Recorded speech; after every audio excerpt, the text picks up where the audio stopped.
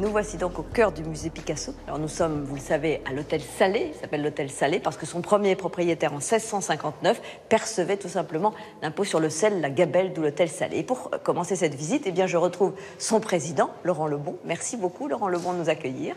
Bonsoir, Claire Chazal. C'est entrée libre au musée Picasso. Absolument. Et grâce à vous, en tout cas, on va visiter cette très belle exposition consacrée à Olga.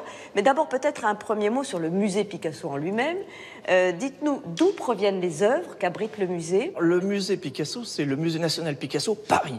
Parce qu'il y a beaucoup de musées Picasso, mais celui-ci... C'est le plus grand, voilà, c'est le plus important. C'est la plus grande collection du monde d'œuvres de Picasso, et c'est surtout les Picasso de Picasso. C'est le résultat de la dation.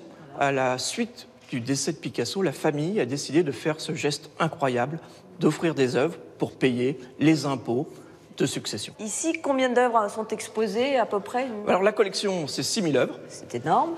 Exposées, cela dépend, mais environ 300 à 400. On voit déjà ce portrait magnifique d'Olga.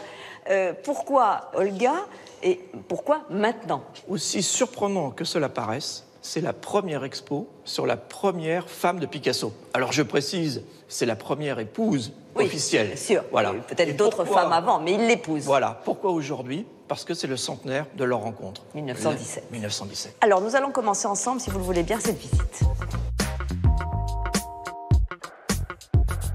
Alors on est dans la salle introductive de l'exposition, et donc c'est une sorte de feu d'artifice de portrait d'Olga.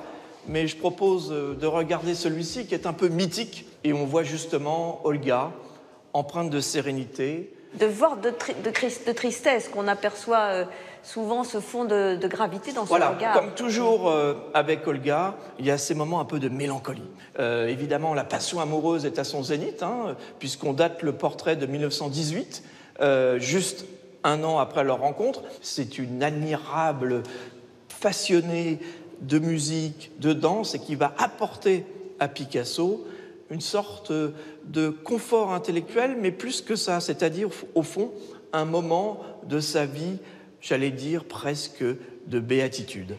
Est-ce qu'ils ont été heureux ensemble? Oui, et il faut le crier. Et on le voit dans cette exposition. Voilà, il faut le crier haut et fort. La période Olga, c'est une période de bonheur qui va se concrétiser de la plus belle des manières, l'enfant.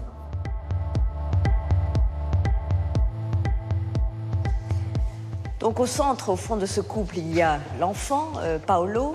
Quand est-il né, Paolo? 1921. Voilà, 3 ans après le mariage. Et voilà cette extraordinaire maternité. Mais j'allais dire, c'est presque une déesse antique. Il est heureux d'avoir un enfant, Picasso? Il est passionné. On le voit dans les photos, on le voit dans les jeux, et puis on le voit dans le fameux Paul en Arlequin.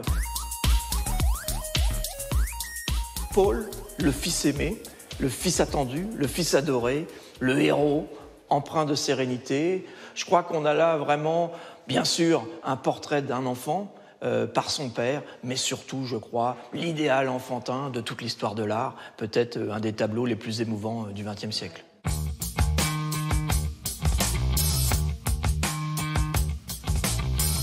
Nous poursuivons cette visite, et là, évidemment... ça va un peu se dégrader, quoi, les relations entre Olga et... Moi, je crois qu'on a un des portraits les plus émouvants, les plus tristes de l'histoire de la passion amoureuse au XXe siècle, puisque c'est à nouveau Olga, mais nous ne la reconnaissons transformée. Plus. Voilà, et on a là cet extraordinaire visage qui est comme une mâchoire acérée, terrifiante. Et là, je crois qu'on a tout simplement la révélation que les choses sont en train de mal tourner.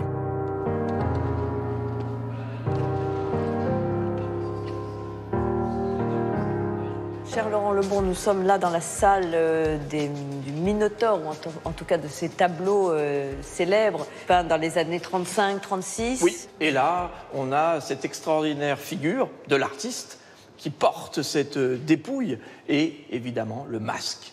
Et là, quelqu'un derrière le voile, l'être aimé, la grotte, les mains, tout l'univers picassien résumé dans une seule œuvre. Et là, on a, avec le Minotaure, évidemment, toute l'ouverture vers d'autres aventures picassiennes, comme bien sûr le grand chef-d'œuvre de 1937, Guernica.